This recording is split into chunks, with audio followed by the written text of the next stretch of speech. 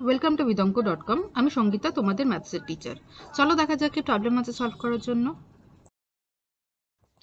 একটি লম্ববৃত্তাকার শঙ্কুর উচ্চতা 12 সেন্টিমিটার এবং আয়তন 100 পাই ঘন সেন্টিমিটার। শঙ্কুটির ব্যাসার্ধের দৈর্ঘ্য কত তা লেখো। তো আমরা ধরে নিই শঙ্কুটির ব্যাসার্ধের দৈর্ঘ্য হচ্ছে r। ওকে, ধরি শঙ্কুটির ব্যাসার্ধের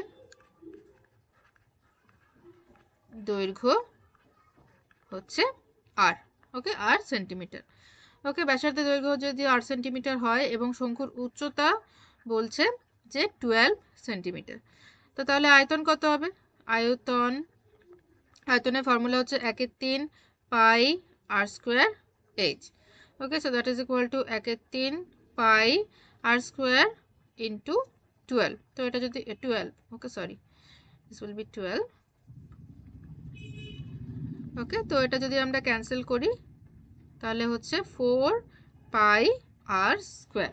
ওকে, 4 pi r square centimetre cube, ঘন সেন্টিমিটার। এবারে বলছে যে আয়তন হচ্ছে 100 পাই ঘন সেন্টিমিটার। তো আমরা লিখতে পারি যে 4 pi r square is equal to 100 pi. Okay, তো তাহলে আর স্কোয়ার ইজ ইকুয়াল টু হবে 100 pi divided by 4 pi. Okay, pi pi cancel হয়ে গেল, তাহলে এটা থাকছে 25। তো এটা যদি 25 হয় তাহলে আর কত হবে? আর ইজ ইকুয়াল টু হবে √25, মানে হচ্ছে 5।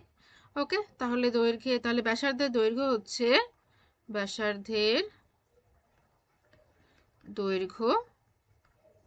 equals to 5 centimetre. So this is our answer.